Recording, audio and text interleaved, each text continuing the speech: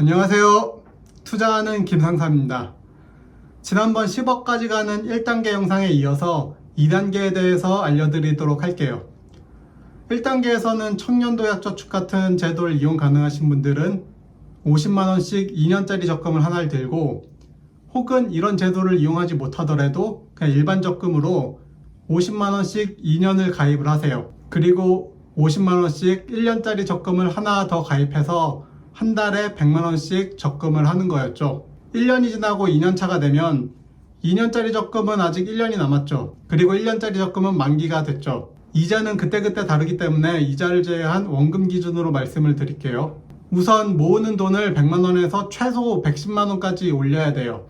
최저시급이 올라서 올라가는 임금이 있을 수도 있고, 호봉이 올라서, 혹은 여러가지 이유로 못해도 작년보다는 올라가죠. 그리고 여기에 각종 보너스들, 상여금이나 여러가지 보너스가 나오는 게 있으면 이 보너스 중에 절반만 쓰고 절반은 적금한다고 생각해야 돼요. 자, 2년짜리 적금은 어차피 50만원씩 계속 나가야 되고, 1년 만기가 돼서 생긴 600만원을 다시 12개월로 나눠서 월 50만원씩 가지고 있다고 생각하세요. 그리고 월급에서 나오는 60만원을 합치면 한 달에 110만원 또 적금이 가능한 금액이 생기죠. 자, 이때부터는 해외 주식 ETF에 투자를 시작할 거예요. 투자 종목은 스파이라고 불리는 SPY, 혹은 QQQ, 혹은 다이아라고 불리는 DIA 중에 하나를 고르시면 돼요. 이 세 개에 대해서 간단하게 알아보고 고르시면 되고, 개인적으로 20대나 30대 초반까지는 QQQ를 추천드릴게요. 이 종목 중에 하나에 45%, 즉 49만 5천원을 투자하는 거예요. 그리고 그 다음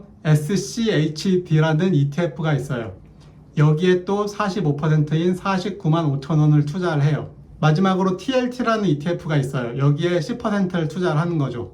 4.5 대 4.5 대 1의 비율로 이 세 가지 ETF에 분할 투자를 하고, 매달 적립식으로 최소 3년 동안 투자를 할 거예요. 물론 이 방법이 돈을 크게 벌진 못해요. 그렇지만 크게 잃지도 않아요.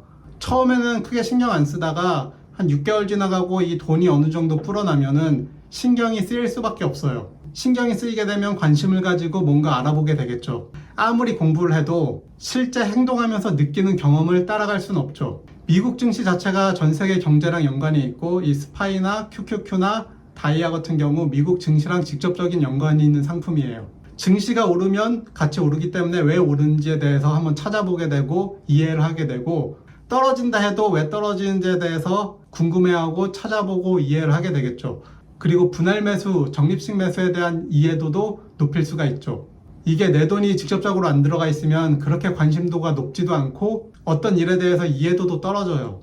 여기에 SCHD라는 상품과 TLT 상품은 배당률이 앞에 말했던 상품보다 좀 높아요. 그래서 배당금에 대한 이해와 배당을 받는 느낌, 그리고 배당금이 주기적으로 늘어나는 느낌에 대해서 알 수가 있죠. 그리고 이렇게 받은 배당금은 다시 재투자를 하면 돼요. 그러면서 복리에 대한 개념도 빠르게 이해할 수가 있죠. TLT는 채권에 대한 ETF인데 채권에 대한 이해도를 좀 높일 수가 있기도 해요. 오늘 촬영일 기준으로 SPY가 환율이랑 다 고려했을 때 한 주에 한 58만원 정도 돼요. 110만원에 45%면은 49만 5천원이어서 딱 맞출 수가 없죠. 그래서 3개월 정도 기간에 45%, 45%, 10%를 맞추신다고 생각하면 돼요. 그리고 들어오는 보너스가 있으면 이 보너스들을 최대한 활용하는 거죠. 이렇게 매달 110만원씩 일단 1년을 유지하고, 이 방법은 3년 동안 지속할 예정이에요. 장기 투자와 인내심, 분할 매수, 미국 시장과 배당, 그리고 채권에 대한 이해도를 높일 수가 있죠.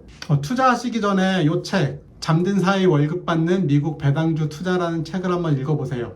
그렇다고 이 책을 읽고 개별 주식에는 아직 투자하지 마세요. 제 아무리 회사가 크고 배당을 많이 준다 해도 어떻게 될지 모르거든요. 저 같은 경우도 워런 버핏이 투자했다던 버라이전을 투자했다가 배당금은 잘 받고 있었는데 주가가 40% 정도 빠졌고, 인텔이라는 정말 거대한 회사도 배당을 잘 줘가지고 투자했다가 마찬가지로 한 40% 주가가 빠지고 배당금도 삭감되는 경험까지 했어요. 처음 할 때는 공부랑 연습이 필수이기 때문에 가장 안정적인 상품인 ETF부터 시작하는 게 좋아요.